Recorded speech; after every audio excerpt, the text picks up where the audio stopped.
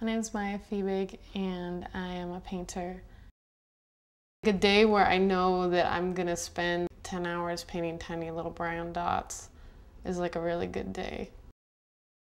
It's like the best escape, and maybe not always good to escape, but it sure is nice, so.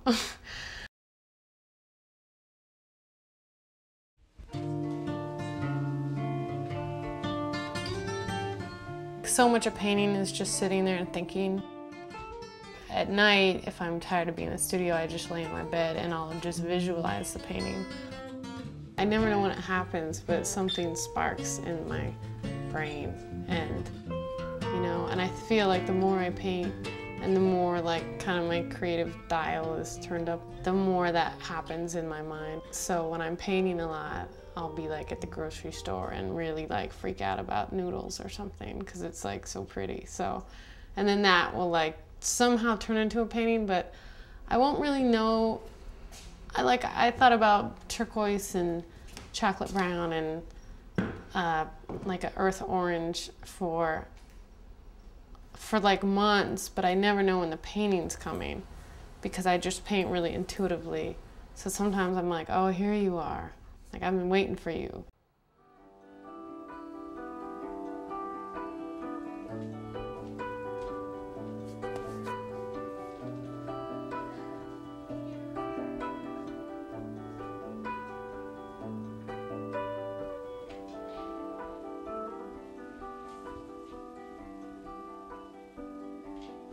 I grew up in Seattle on Queen Anne. We traveled a lot, and that was cool as a kid, seeing a lot of different things. Like we spent a year in Japan and traveled through Hong Kong and China. When I was young, it was just the thing I did the most. Like lock myself in my room and paint. Home was not the safest place to be, so I tended to kind of escape or cope with that through painting. I'm inspired a lot by color. Color for sure. Shapes. Very simple shapes that kind of marry each other. Fashion. If I'm in a pinch, I usually go shopping. Just to see like designers, how they put things together, tiny details, like jewelry, antiques, anything kind of elegant that has like craft work and handiwork in it.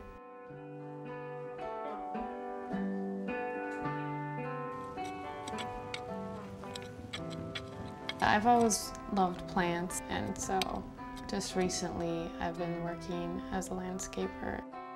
The beauty of plants and patterns and how everything grows and what their natural environment is, to kind of figure that out and try and create that in my home and make the plant really happy is I just like thinking about that, like them as little beings that I help them out, and I like to stare at them a lot.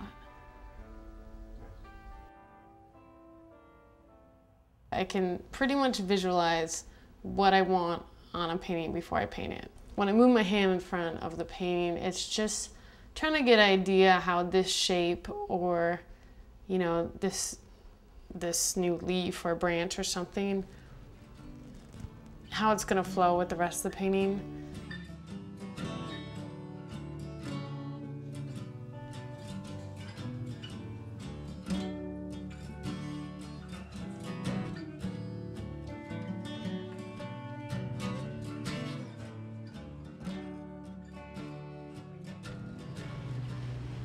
I'm represented by G. Gibson Gallery. G. Gibson is Gail Gibson. I think they're great people to work with. Really nice and kind. And she looks like a little mouse. Really? Interesting. I did not know. Cool. All right. Yeah. Sounds good. And then you'll have the pieces from San Francisco. Yeah. I'll make sure they get them by then for sure, because those are goodies.